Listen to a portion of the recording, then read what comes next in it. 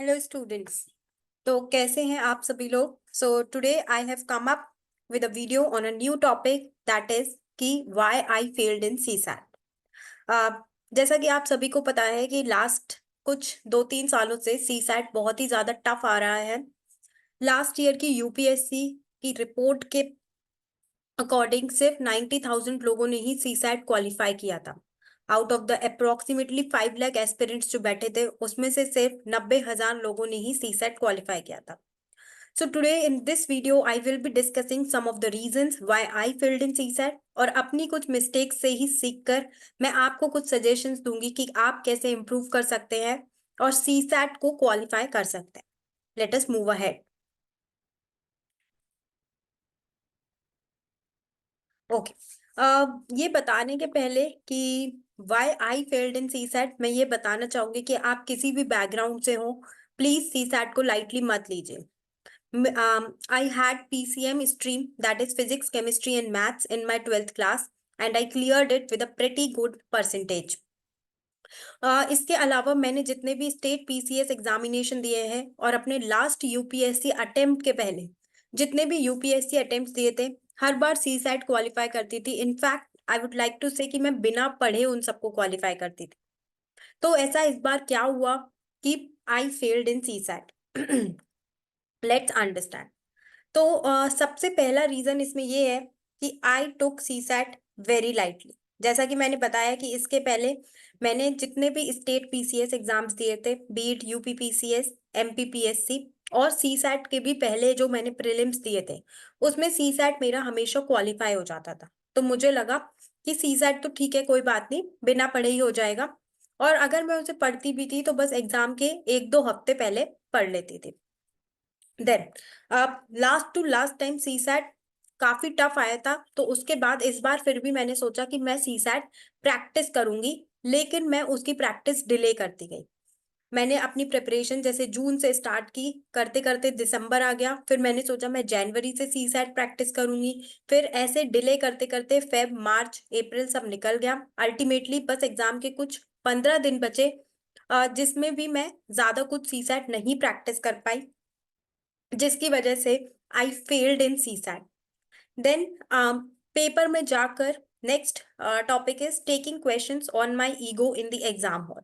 तो इसमें एग्जैक्टली हुआ क्या कि एग्जामिनेशन हॉल में, क्योंकि मैं काफी टॉपिक्स पढ़ के गई थी, परम्यूटेशन, कॉम्बिनेशन, नंबर सिस्टम, और जब वहां पे क्वेश्चंस मुझसे सॉल्व नहीं हो रहे थे तो मैं उन क्वेश्चंस को अपने ईगो पर लेने लगी।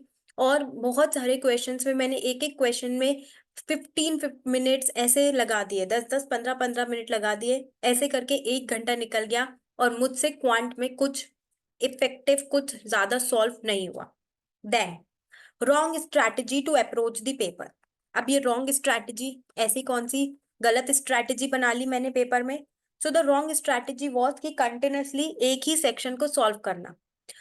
मैं अपने घर से ऐसा माइंड फ्रेम बना के गई थी कि मैं सबसे पहले क्वांट सॉल्व करूंगी। अब मैंने पेपर को अलट पलट के भी नहीं देखा कि रीडिंग कॉम्प्रिहेंशन कैसा आया है, रीजनिंग कैसी आई है, मैं बस सबसे पहले क्वांट सॉल्व करने लगी। और क्वांट भी मैं कंटिन्यूसली क्वांट के क्वेश्चन सॉल्व किए जा रही हूँ जो कि हो भी नहीं रहे हैं। तो इसके लिए बेटर अप्रोच ये होती है कि अगर आपसे क्वांट के क्वेश्चन नहीं हो रहे हैं तो आप रुक जाओ। 5-6 क्वेश्चन आप कर रहे हो, आपसे नहीं हुए हैं, आप रुको, आप दूसरा सेक्शन पकड़ो। बट मैंने वो नहीं किया, जिससे मैं और ज्यादा डीमोटिवेटेड होती गई और ज्यादा अंडर कॉन्फिडेंट हो गई और बहुत ज्यादा पैनिक सिचुएशन हो गई मेरे लिए। Then next is unable to handle pressure situation in the exam. जब मैंने देखा कि क्वांट, मुझे जब मेरे से क्वेश्चन सॉल्व नहीं हुए क्वांट के, और वो मुझे ऐसा लगने लगा कि ये क्वेश्चन तो बहुत ही टफ है, आई वॉज वेरी कॉन्फिडेंट कि मेरा जीएस पेपर बहुत अच्छा गया है और उसमें मुझे कोई रोक नहीं सकता है। अभी जब मेरा स्कोर कार्ड आएगा तो I would also post my score card. तो इधर पर ये जो प्रेशर सिचुएशन थी, इसको मैं हैंडल नहीं कर पाई जब एक के बाद एक मुझसे क्वेश्चन सॉल्व नहीं हो रहे। शायद बेटर ये होता कि मैं एक गहरी सांस लेती और क्वांट को छोड़कर रीडिंग कॉम्प्रिहेंशन और रीजनिंग की तरफ जाती। मेरे काफी फ्रेंड्स हैं जिन्होंने यही स्ट्रैटेजी फॉलो की, उन्होंने क्वांट को छोड़ा और उसकी जगह उन्होंने रीडिंग कॉम्प्रिहेंशन और रीजनिंग को वो करने लगे, and they have qualified, they have in fact written mains and appeared in the interview this year itself. Okay, तो ये तो कुछ थी मेरी मिस्टेक्स कि मैंने ऐसी क्या गलतियां की अपने सी सैट के पेपर में, सी सैट सब्जेक्ट इटसेल्फ में। अब मैं अपनी गलतियों से सीखकर आपको कुछ सजेशंस देना चाहती हूँ जो आप इनकॉर्पोरेट करें and pass this examination with flying colours.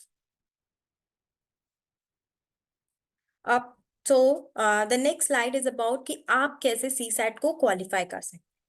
So the first thing is definitely practice. चाहे जीएस हो चाहे सीसैट हो, दोनों ही प्रैक्टिस मांगते हैं। अब ये प्रैक्टिस आपको कब से स्टार्ट करनी है, इसके लिए अलग अलग कैटेगरीज होती है। जैसे कि अगर आप बहुत ज्यादा वीक है तो आप अभी से प्रैक्टिस स्टार्ट कर सकते हैं, ठीक है।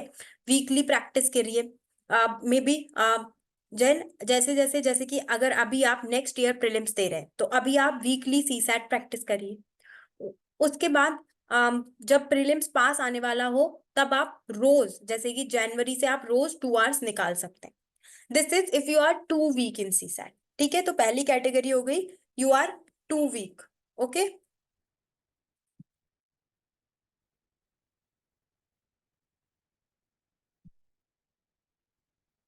देन एक कैटेगरी है कि आप मॉडरेट लेवल है आपका, ठीक है। आपको आप एवरेज हैं, और या हो सकता है कि आपका आरसी स्ट्रांग है, बस आप क्वांट में थोड़े से वीक हैं। तो what you can do is कि आप हर 15 to 20 डेज में ऐसे क्वांट प्रैक्टिस करते रहिए, या आपको पूरी प्रैक्टिस करने की जरूरत नहीं है, आप बस क्वांट को देखते रहिए 10 to 15 डेज में। देन कुछ तरह के लोग होते हैं जिन्हें लगता है कि they are pretty confident, they are pretty decent in reading comprehension quant and reasoning, but आपको भी लाइटली नहीं लेना है, because I fall in this category. I was pretty decent in all the things. In fact like मेरी English medium से schooling हुई है, तो रीडिंग कॉम्प्रिहेंशन तो इट इज मतलब बहुत ही ज्यादा डिफिकल्ट है कि वो मेरा गलत हो। बट आपको क्या करना है कि आप जनवरी से, जब जो प्रीलिम्स जनवरी से लेके प्रीलिम्स तक के जो 4 to 5 मंथ्स होते हैं, जब आप प्रीलिम्स स्पेसिफिक मोड में जाते हैं, तब आप एफएलटीज प्रैक्टिस करना स्टार्ट कर दीजिए। और यूपीएससी ने जो इम्पोर्टेंट टॉपिक्स पूछे हुए हैं, जैसे कि नंबर सिस्टम है, परम्यूटेशन कॉम्बिनेशन है, टाइम स्पीड एंड डिस्टेंस है, परसेंटेज भी बहुत ज्यादा हेल्पफुल होता है, तो आप इन टॉपिक्स को प्रैक्टिस कर सकते हैं। प्रैक्टिस में एक और चीज आती है कि आपको कितने सीसैट के टेस्ट प्रैक्टिस करने चाहिए। देखो, एक तो होता है कि आप जिस भी एरिया में आप वीक है उसका आप कोई एक पर्टिकुलर सोर्स रेफर कर लीजिए। It can be Pearson's book, it can be Vajiram's material, civils daily का मटेरियल हो सकता है सीसैट के लिए। देन फाइनली कितने टेस्ट पेपर्स आपको अटेम्प्ट करने चाहिए, तो आई वुड से कि आप एटलीस्ट 6 to 7 एफएलटीज सीसैट के प्रैक्टिस करके जाइए। ये विजन के हो सकते हैं, फोरम के हो सकते हैं, इन दोनों के सीसैट टेस्ट अच्छे हैं। तो इससे आप अपनी एक प्रॉपर अप्रोच भी बना सकते हैं कि कैसे आपको सीसैट सॉल्व करने हैं, कैसे आपको मिक्स करना है। कि ठीक है, 10 क्वेश्चन में भी क्वांट की कर लिए। अब क्या होता है, जब आप क्वांट करते हैं ना तो आपका दिमाग भी थक जाता है, तो उसको ब्रेक देके दोबारा से थोड़ा आरसी कर लिया, फिर 3 4 क्वेश्चन आरसी के सॉल्व कर लिए, फिर तो this is the right strategy, और यही मेरी गलत हो गई थी। इसके साथ साथ आपको पीवाईक्यूज डेफिनेटली आपको देखकर जाने हैं। लास्ट 15 ईयर्स के तो बहुत अच्छे से देखकर जाने हैं। उसके लास्ट मतलब 25 ईयर्स में से 15 ईयर्स के बहुत अच्छे से देख के जाने हैं। जो उससे भी पहले के और 10 साल के पेपर है, उनको आप बस गो थ्रू कर सकते हैं। Then next point is regarding identifying your weak area. तो ये जैसे कि मैं पहला भी रिपीट कर चुकी हूँ कि वीक एरियाज मतलब आप आइडेंटिफाई करिए कि क्या आप आरसी में वीक हैं, क्या आप क्वांट में वीक हैं, क्या आप रीजनिंग में वीक हैं। देन फर्दर इसमें भी आप क्वांट में पर्टिकुलरली हो सकता है कि you are strong in time speed and distance, you are weak in number system, तो आप वो ज्यादा प्रैक्टिस करेंगे। रीजनिंग में it might be possible that you are strong in calendar and clock, you are weak in dice and cube, तो फिर आप उसको प्रैक्टिस करेंगे। तो एक प्रॉपर स्ट्रैटेजी और फ्रेमवर्क होना चाहिए। Then next is make a list of important topics. तो ये इंपॉर्टेंट टॉपिक कौन से होते हैं, जो पीवाईक्यूज आपने देखा होगा कि यूपीएससी हर साल उन्हीं कुछ टॉपिक से घुमा फिरा के वहीं से क्वेश्चन आ रहे हैं, परम्यूटेशन कॉम्बिनेशन, नंबर सिस्टम, ठीक है। तो ये इंपॉर्टेंट टॉपिक्स की आपको लिस्ट बनानी है. If you want I will also be providing this list soon on my Telegram channel.